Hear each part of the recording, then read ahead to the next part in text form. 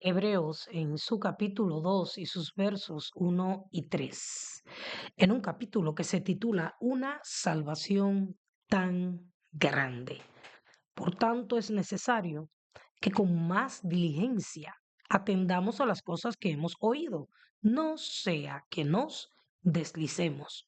Porque si la palabra dicha por medio de los ángeles fue firme y toda transgresión y desobediencia recibió justa retribución, ¿cómo escaparemos nosotros si descuidamos una salvación tan grande?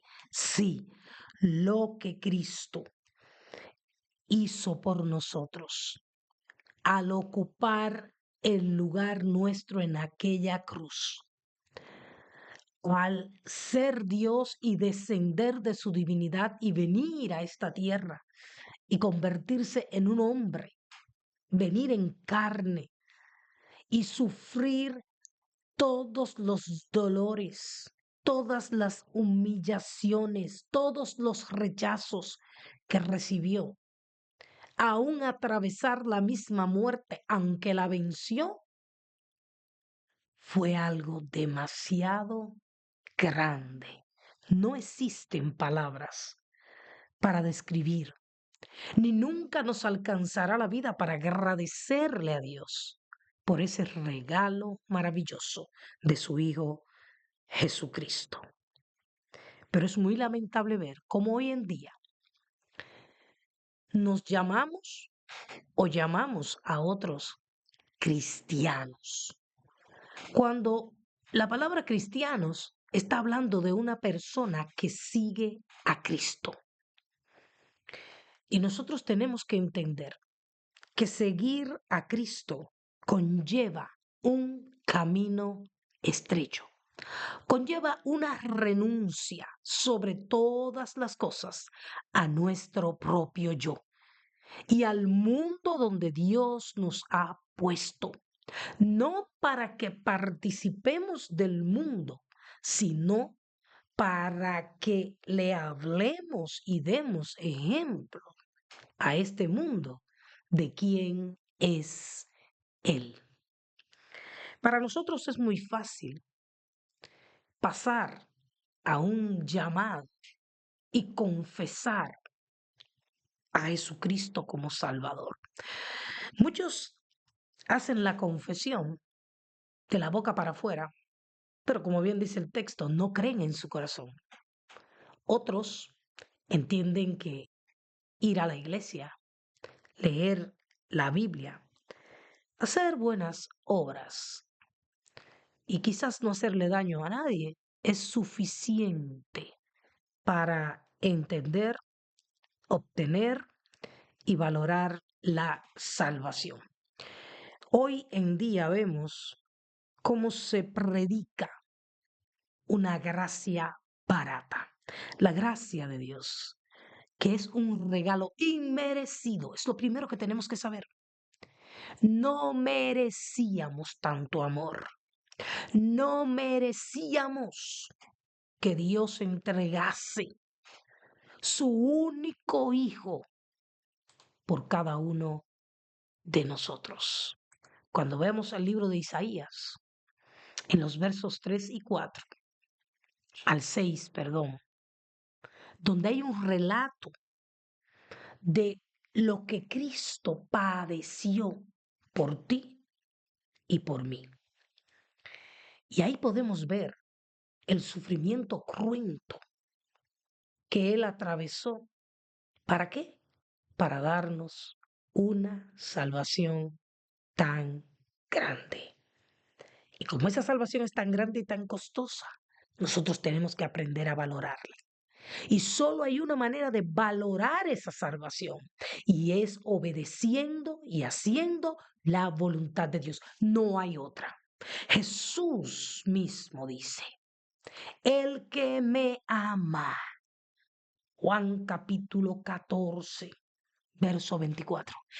El que me ama, si tú que dices que amas a Dios, tú que cantas que amas a Dios, tú que predicas que amas a Dios, tú que quizás crees que amas a Dios, o tú que dices que aquel ama a Dios. El que ama a Dios, dice la palabra, su palabra guardará. Vivirá por lo establecido por Dios en su palabra. Ese Dios, ese que nos redimió de la maldición del pecado y de la muerte. Ese Padre amante que cuando con sinceridad, cuando con entendimiento nos acercamos a Él y le entregamos toda nuestra vida y decidimos, porque eso es lo que se hace cuando se acepta a Cristo.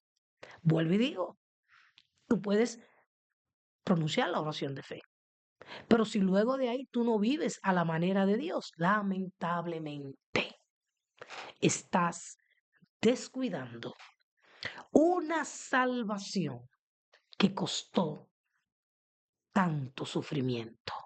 Isaías 53, a partir del verso 3 dice, despreciado, desechado entre los hombres, varón de dolores, experimentado en quebranto. Y como que escondimos de él el rostro, fue menospreciado y no lo estimamos. Ciertamente llevó él nuestras enfermedades. Escuche bien, nuestras enfermedades. Usted sabe lo que se padece cuando hay un dolor, cuando hay una enfermedad. Todos en algún momento hemos padecido enfermedades. Y dice la palabra que Cristo las llevó todas sobre él. Sufrió nuestros dolores y nosotros le tuvimos por azotado, por herido de Dios y abatido, mas el herido fue por nuestras rebeliones. Oiga bien, Cristo se hizo pecado cuando era un hombre justo, era un hombre santo, un hombre que caminó por la tierra, tuvo todo tipo de tentaciones, fue perseguido por el enemigo desde el principio. Sin embargo, nunca hizo pecado. Pero tú y yo, que vivimos pecando, y déjame decirte algo, cada vez que pecamos, estamos haciendo barata esa gracia. Hay mucha gente hoy en día jugando con la gracia de Dios, tanto cuando se predica de una manera tan liviana como cuando la usamos para decir, bueno, yo caigo y Dios me levanta. Yo peco, pero yo voy a la presencia de Dios después que peco y Dios me perdona. Esto no es así. Molido fue Jesucristo por nuestros pecados. El castigo de nuestra paz fue sobre él. Mire, una cosa, la palabra de Dios dice, el justo murió por los injustos. Un hombre que nunca hizo pecado, pero que por amor llevó todo el pecado de la humanidad sobre él. Y por eso es que solamente en Cristo Jesús hay esperanza y hay salvación. Pero cuando venimos a Él, tenemos que sujetarnos a sus mandamientos. Si es que queremos obtener y alcanzar esa salvación tan grande, si es que queremos entrar por las puertas eternas para morar eternamente con Él. Y mire, Primera de Pedro, capítulo 1. Escuche bien lo que dice la palabra de Dios. A partir del verso 14 dice, como hijos obedientes, o sea, cuando usted es cristiano, usted es un hijo de Dios obediente. Si es desobediente, entonces usted está negando a su padre. Usted está acarreándose un problema. Dice, como hijos obedientes, no os conforméis a los deseos que antes teníais, estando en vuestra ignorancia, sino como aquel que os llamó es santo, sed también vosotros santos en toda vuestra manera de vivir. La santidad es un proceso de día en día y no es un proceso externo. Nada tiene que ver con lo externo, se refleja en lo externo, pero la santidad es un proceso que comienza adentro, en el corazón. Es cuando tú le confiesas a Dios con sinceridad tus faltas y decides seguirlo. Por eso el apóstol Pablo decía, ya no vivo yo, vive Cristo en mí. Un verdadero cristiano es el que refleja a Cristo en toda su manera de ser, cuando habla, camina o hace cualquier cosa. Dice que el que nos llamó, que es santo, nos llama a ser santos, apartados para él, o sea, apartados del mundo. No podemos servir a dos señores. Usted no puede decir que usted es cristiano si usted está en la iglesia pero ama el mundo o vive para el mundo. O sigue a Cristo o sigue al mundo. Y es por eso que Jesús dijo, no todo el que me dice Señor, Señor, entrará al reino de los cielos. Ojo con esto, escuche bien, se lo estoy recordando, Jesús lo dijo, no todo el que me dice Señor, Señor, entrará al reino de los cielos, porque hay requisitos para entrar al reino de los cielos. La palabra de Dios dice que sin santidad nadie verá al Señor. Ahora, ¿usted ha pecado?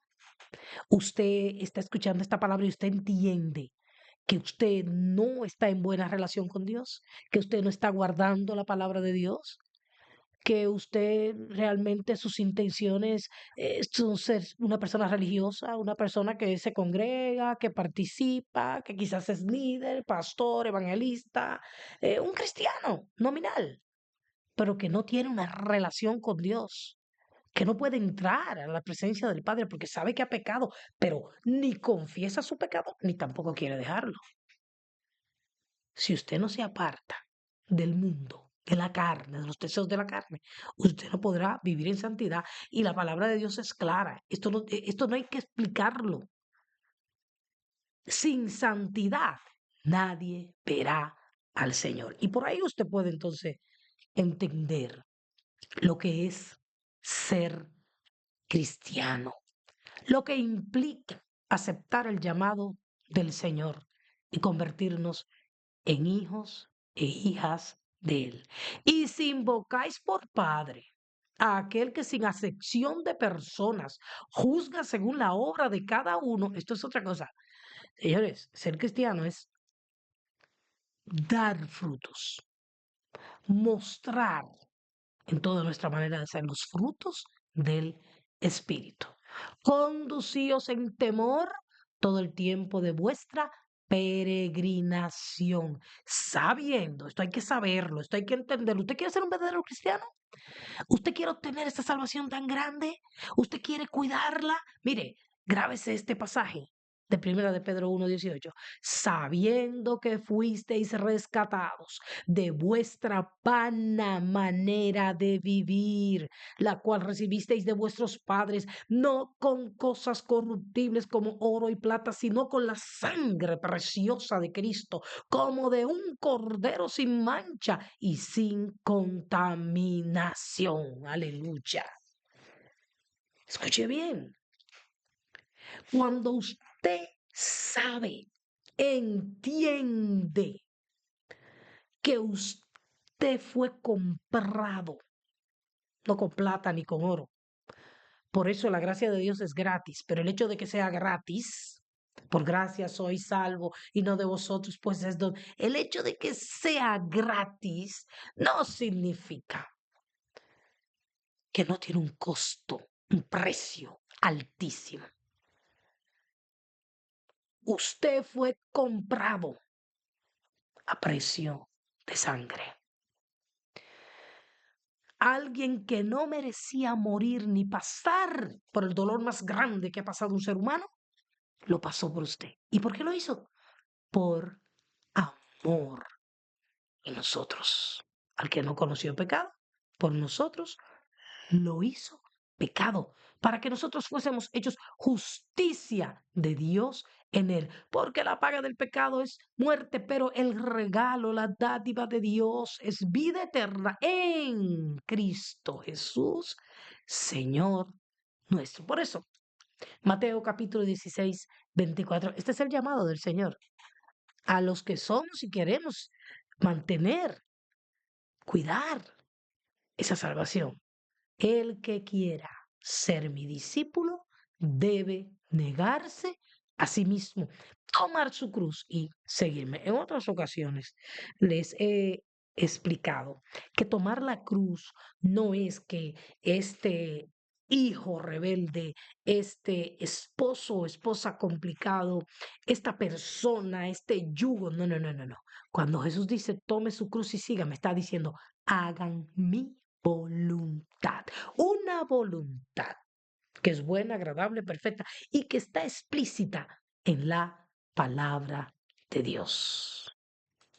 Y yo siempre seré clara y siempre diré lo que Dios dice a través de su palabra. Y el Señor dice también en Proverbios 28:13, el que encubre sus pecados no prosperará, mas el que los confiesa y se aparta alcanza misericordia. O sea, que la salvación y esa gracia maravillosa de Dios no se obtiene simplemente confesando el pecado. Usted tiene que creer que Dios es poderoso y que la sangre de Jesucristo es suficiente para limpiarle y ayudarle a mantenerse sin caer, sin resbalar, hasta alcanzar la vida eterna. Sí, tenemos que confesar nuestros pecados, pero también tenemos que separarnos de ellos. Es la única manera de alcanzar misericordia. Así que, si tú estás viviendo una vida religiosa, los religiosos son como los fariseos. Limpian los de afuera, muestran lo de afuera, pero lo de adentro está sucio. El Señor dice, fariseo, limpia primero lo de adentro. Y el único que puede limpiar tu corazón se llama Jesucristo, esa sangre preciosa que Él derramó en la cruz. Así que recordemos siempre que nuestros pecados nos separan de Dios y que debemos prestar diligencia de cómo estamos caminando, cómo estamos adorando a Dios, cómo estamos sirviendo a Dios, cómo estamos obedeciéndole y cómo estamos hablando de Él. Prestemos atención a esto. Y si verdaderamente queremos irnos con Cristo, ese Jesús que vino, murió, pero también resucitó. Hoy celebramos, hoy estamos felices porque Cristo venció la muerte y esa resurrección de Cristo nos anuncia una victoria tan grande. Y es que aunque nosotros seamos sepultados, aunque nosotros exhalemos nuestro último suspiro en Cristo Jesús, si es que confesamos nuestros pecados y nos apartamos y guardamos su palabra, en Cristo Jesús tenemos vida eterna. O sea, el que muere sin Cristo muere para siempre. Pero el que muere en Cristo, ahí es cuando comienza la verdadera vida. Así que este es un momento para meditar, pensar, ¿por qué sirvo a Dios? ¿Para qué le busco? ¿Por qué hablo de Él? ¿Por qué voy a la iglesia? ¿Por qué me llamo cristiana, cristiano? ¿Por qué? Debemos entender y amar a Dios, porque nunca jamás nos alcanzará la vida, ni tendremos con qué pagar una salvación tan grande. Es momento de que valores lo que Jesús ha hecho por ti. Él te ama, Él te espera y Él tiene la capacidad de ayudarte y guardarte sin mancha para que vivas eternamente con Él. Y en estos días en que la mayoría de la gente habla de la muerte de Jesús y de la resurrección, también debemos recordar que ese Jesús que murió por nosotros y que resucitó, viene en cualquier momento. ¿A buscar a quiénes? A aquellos que viven sin mancha para Él.